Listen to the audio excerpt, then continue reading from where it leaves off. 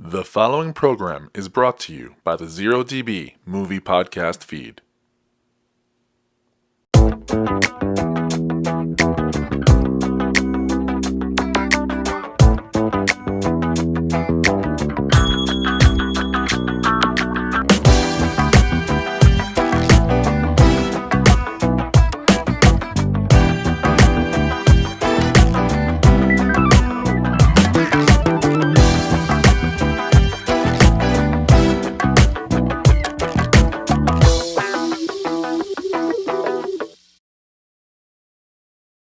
Hey, welcome back to the solo set here on the 0DB podcast feed, where I am currently doing the Netflix series Altered Carbon.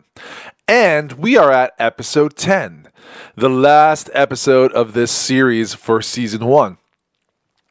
I gotta say, it's been pretty exciting, but I'm gonna give you a quick rundown after I'm done with this review of episode 10 called The Killers. So, we open on Ortega discovering the massacre, right, of her family. She's walking in the door. She's got her bags. I'm a little thrown off by it because I'm like wondering what the deal is with that. She finds the mom basically finds her, right, and she's barely alive, and she's warning Ortega. And Ortega's like, what? She's like, look behind you, and Ortega realizes that the ghost walker's behind her, and he grabs her, and like he's starting to torture her and tell her about the things that he's been doing to his family, and then she realizes that she's in VR torture. So that makes all sense now, right? So she's in VR torture with the ghost walker, like we saw in the last episode where Ray told Kovacs that the ghost walker was going to go in with Ortega and mess with her pretty good. So in the middle of this, she keeps saying, oh my God, this is a construct. I'm going to try to figure this out. And then boom, he just disappears. It all just falls apart. She's like, what the heck's going on?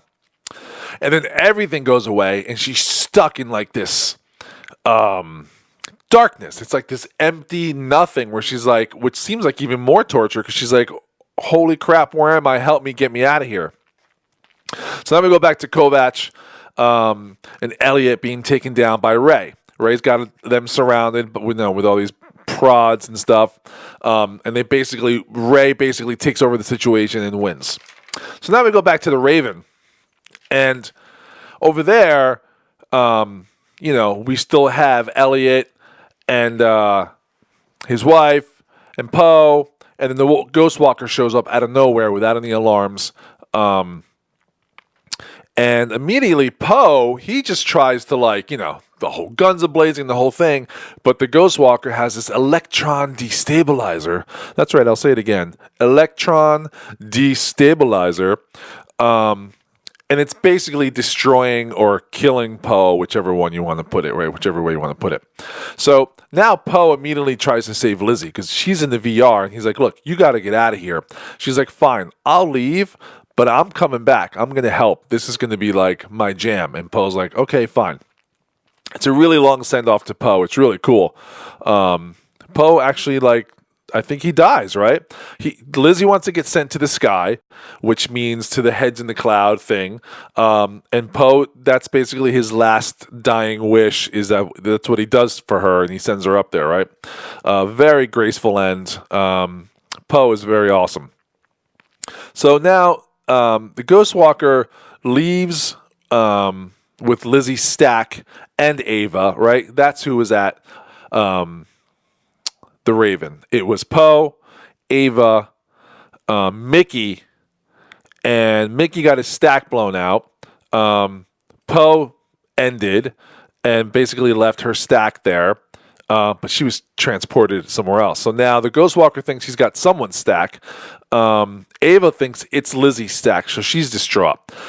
So the Ghost Walker basically rounds everybody up, gets them up to Ghost in the Head in the Clouds place, right? Lizzie spins up into a silicon model in the Head in the Clouds warehouse. It's kind of this cool scene where she spins up into what looks like an alive mannequin, and there's a security guard walking by, and of course the usual, he tries to molest her and do some nasty things to her. But now we see it's Lizzie, and she like VR or whatever she does. It's silicon, so you can transform into different bodies, and she basically makes herself, right? She basically transforms herself into like what, she's like, is this what you like? And like you can kind of tell she's starting to transform into like what I think is like a superhero of some kind, right? So now Tanaka is investigating a whole bunch of stuff, and the lawyer shows up. And this is a quickie because the lawyer's like, look, I know I did wrong. And he's like, look, get out of my face. But she's like, look, I know where Ortega is. So obviously he wants to know because like he's trying to make things right now. She's trying to make things right now. It seems like everyone's starting to get a conscience, right? So Kovacs takes her out, and Ray makes Kovacs choose who's going to die, right? So Ray's got all of his friends lined up. He's like, look, she's like, look, this is what you're going to do to become good with me. You're going to kill somebody. And meanwhile, this is happening. It's getting pretty tense. Lizzie is on her way. So they're showing her like walking through hallways and stuff. So Kovacs tries to kill himself instead of killing one of them. He's like, look, I'll just kill myself, right? And you're just like, okay, he's just like bluffing. So he actually pulls the trigger. But the gun is not loaded. It's not loaded. And like, so Ray's like, what are you, crazy? You think I'm not going to you think I'm going to give you a loaded gun? But now I see how crazy you are, and you're willing to save your friends. So he makes a deal with Ray. He's like, look, fine, I'll stay. Just don't kill them. I'll stay with you. It's over. I'm good, right? Now we get this like music intro to Lizzie. Lizzie's got like this whole like S&M thing going on, and like leather and chains, and she's like got this badass music going on. You see her walk into like one of the John's rooms, like the those meth rich guys. He's obviously killed a girl and a guy, and he's like, doing drugs in front of the mirror. She shows up, he's being all creepy. She kills him in an instant, right? So that's pretty cool. It's like this whole like redemption for her. Ray, she tries to take Tok's eye camera out and sleeve, right? She's like, this is what we're going to do next. First, we're going to take this camera out. No one's going to see the confession. We're going to get you out of that sleeve because I'm tired of seeing this sleeve, right? She's all jealous and stuff. So he's trying to tell her, like, look, don't do this, like, you're wearing mom's necklace. He calls her Ray Chan. She's like, don't call me that. And I'm wearing this to remind myself how much I hate mom. She was a loser, blah, blah, blah. Like, this is the way it's supposed to be. Totally like dissing on her past, right? So Lizzie, she comes out and she initiates the attack to basically like Ortega and her parents. They're all getting taken down the hallway by the Ghost Walker. So she comes in. Her dad basically starts it by kicking someone over. She comes in and she basically kicks the shit out of everybody, right? So now Ortega goes to save Kovacs. Kovacs is fighting off the dudes. Ortega is fighting Ray, right? They're going at it. Lizzie and family, they start, like, they go into, like, the whatever, like, the engine room, or if you will, and they just start shutting down this heads in the cloud floating city, and they say, look, we're going to shut this down, and this thing's going to fall into the water, right? To the ocean or the bay. It's probably the San Francisco Bay. So now Ortega is now fighting the Ghost Walker, right? Like, so now they're kicking each other's ass, and Kovacs is fighting Ray. This is crazy, right? This is a lot of fight scenes worth watching. Not too much to describe because it's worth watching. So now the evacuation's beginning. Everyone get out. T minus who knows what. Everyone please leave. Everyone's fighting. Kovacs and Ray, they both stab each other at the same time, and they kind of like both fall. Then you go to like Ortega. She beats the Ghost Walker by using her bionic arm and like just like crushes his leg, rips him apart, and basically like just kicks the crap out of him, right? And at the same time, when she's about to kill him, Tanaka shows up with the whole police force, and he lets Ortega basically rip out his stack, which is awesome. So that's pretty cool. So now the ship is going down, people. The ship is going down. This thing is starting to come down. Lights are bleeping. Everyone's yelling. Everyone's running. Everyone's evacuating. There's this big like blast in the hole, and like Ray is like, Kovac, save me. It'll be worth your while. He's like, I can't do it. Like this gotta end. She's like, look, if you save me, I'll give you Quell. I have Quell's stack. It's hidden somewhere. I backed it up right before I killed her, so you could have her if you let me go. So he thinks about it with tears in his eyes, and he's like, no, I can't. So she's got a gun pointed at him, and he basically wrangles it away from her, right? And he's holding it to her, and basically she's like, look, just get it over with and kill me. I'd rather do that than put me on ice for so many years. Meanwhile, the blast doors are closed, and Ortega's banging on it, trying to save Kovac. She's like, Kovac. So she hears a gun blast. Boom! We don't see it, but we hear it. And then we see that Kovac killed Ray, and he's holding her. And Ortega thinks it's Kovac, so she's freaking out. But basically, Kovac calls out to Ortega, and he's like, look, I'm okay. Just leave. Goodbye. And like Ortega's crying. She's like, no, you can't do this. Don't do this to me. Altitude loss is starting to happen big time. So now Tanaka grabs her and he's like, look, we got to get out of here. We got to go. So they all peace out. And while the ship's coming down, there's this very emotional moment where Kovac is embraced with Ray as she's dead, and he's singing her this lullaby of the Patchwork Man that we heard in the first episodes. So, like, this is like a big emotional moment. He's basically saying goodbye to her. He's saying goodbye to him. He's saying goodbye to everybody. This huge structure is coming down. You see the water now because it's tilted. You see it out the hole in the wall. So this thing is like coming down, right? So as it's coming down, the figment of his imagination of Quell pops up, and he's like, look, tell me a story. Tell me a story where like there's not death and destruction, so I can die in peace. So the whole way down, it's this poetic thing where Quell is telling him a story of a princess and a warrior, and it all relates to him and her and Quell and Ray and Ortega, and like there's all these emotions happening, and you're trying to figure out who it's for.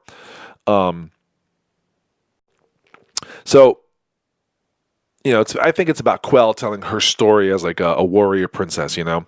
So now it just happens.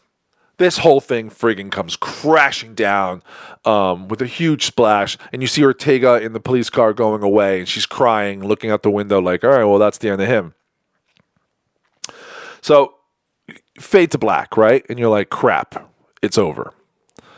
Now we fade up to what looks like what we've learned is a usual VR world, and Kovac is sitting there with this guy in the suit, and they tell him that they were able to save his stack from the wreckage, but the sleeve was killed on impact. He's in virtual, right? So he's like, oh, that's why I'm in virtual, right? So they're like, but this is an ordinary situation. And he's like, what's that? He's like, there's two of you. We found out that there's two of you, and that's illegal. So basically, like, you could even be charged for crimes, or we got to kill one of your clones. And then, because they're like, only one of you has been pardoned by Bancroft with the paperwork. The other one's got to get killed. So this is kind of a cool thing, because now Tak and his clone have decided, like, they're like sitting in this construct of like a bar on these couches with whiskey, and like they do this thing where they do rock, paper, scissors to decide who's going to die. But the funny thing is that it's the same person with the same conscience with the two different bodies. So when they're doing it, it's the same exact thing because they think alike. And when they're about to do the last one, of course, they cut away from that. And basically, like, we see Ortega lighting candles, like with like an ofrenda type thing, where she has like the dead relatives' pictures. She's lighting a candle and saying a prayer, and she hears someone walk into where she is, pulls out her gun. Basically, Kovac returns to Ortega. So now you're like, what? So Kovac returns. She's like, what the hell happened? And he's like, look, there was two of me. Obviously, you see that they catch up because now they go to Bancroft's place, right? He's having like one of his parties. The place is filled with guests. And now all of a sudden Miriam turns around and Ortega's sitting there with her, her Apple Watch that I'm going to call right now, with this giant display video of like a reporter saying what happened, like what Bancroft did, and basically accusing him of all his crimes and basically like outing him on the news, right? So Ortega loves this. Miriam's like, what the heck? Kovacs is also there. So he shows up to tell Bancroft himself. He's in a separate room with Bancroft, and he's like, look, this is what you did. You're going to be arrested. The cops are waiting for you downstairs. So he goes downstairs, and right before he's about to be taken away, Kovacs is like, no, wait, there's more. Ladies and gentlemen, there's more. So he brings in Lizzie with Elliot and Ava, and Lizzie basically tells a story of how she showed up to tell Bancroft that she was pregnant.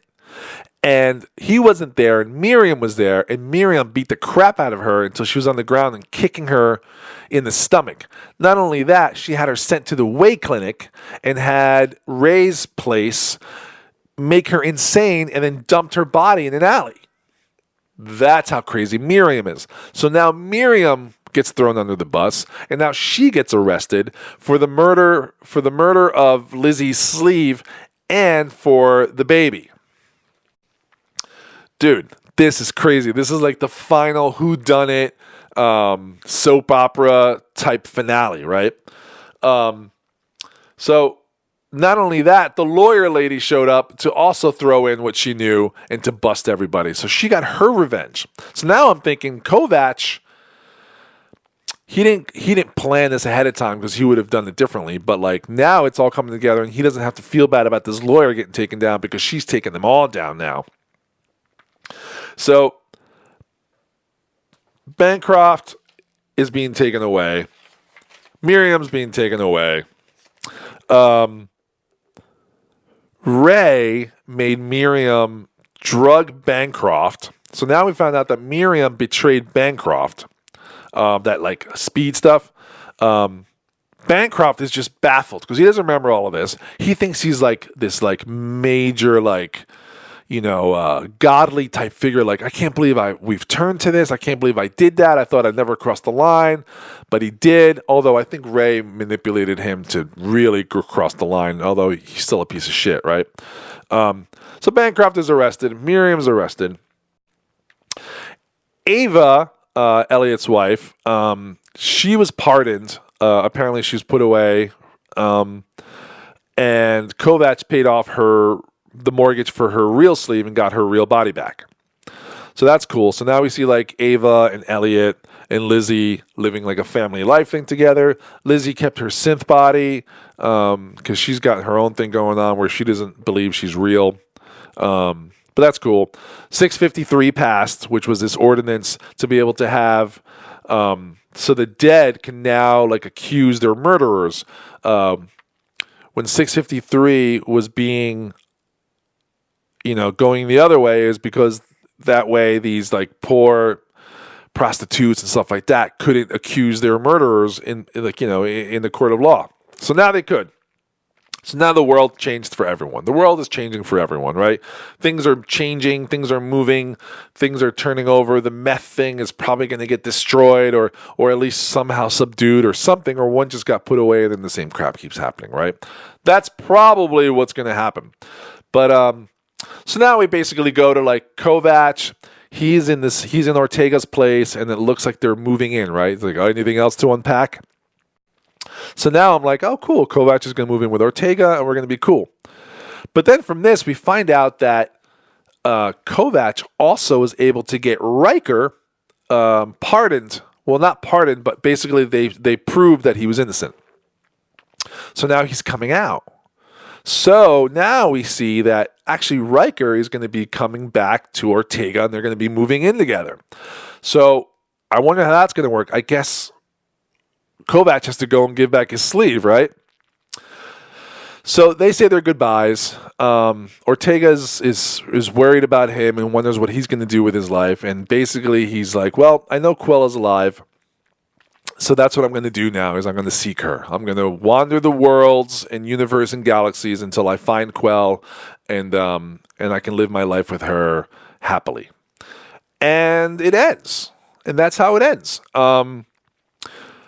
I thoroughly enjoyed this series. It started off a little slow. You got to get past 1, 2, 3, 4 to realize what's really going on, because it could get like really confusing with characters and actual bodies they're in and who's doing what and who's who. But if you're into that and you start getting into it, once you get past 4, you really start to like this. Like I said, a lot of drama, a lot of sex, a lot of naked bodies, a lot of death, a lot of sci-fi, like a lot of cyberpunk. It's very cool in all those aspects. And in the end, it told a pretty cool story. We don't know if season 2, if it got renewed for season 2 yet, but we'll find out. And I do have the book that I'm going to listen to shortly. Apparently, there's a lot of differences. And from what I read of what the differences are, I kind of feel like I enjoyed this Netflix series more than I'm going to enjoy the book. But I'm going to give it a shot anyway and see what happens. I still haven't decided what the next Netflix adventure is going to be on this show. I don't know if it's going to be a Netflix movie or a Netflix series, but you will find out shortly. And that's it. I want to thank everybody for watching this series, going on this journey with me. I'm your host, Gabe Aniel, here on the solo set at the 0DB podcast feed. We have a couple different shows. I do After Dark with Claudia, and I do the Headline Show with John. Headline Show is mostly franchise stuff and like movie classics that we love, and we dive in for all of them. After Dark is me and Claudia. We do stuff after our little monster goes to sleep, and like we'll do current movies. Like we recently did Logan, Shape of Water. We're doing Oscar nominators and Oscar nominations and Oscar wins. So stick with it, guys. Subscribe here. That way, the more subscribes I get, the more cool stuff we can bring you. Don't forget to check it out also on Podomatic, Stitcher, and Apple Podcasts, where you can hear the audio-only versions of this podcast. And once again, thanks for coming on this journey with me, and I'll see you on the next one. Take care, everybody. Thanks.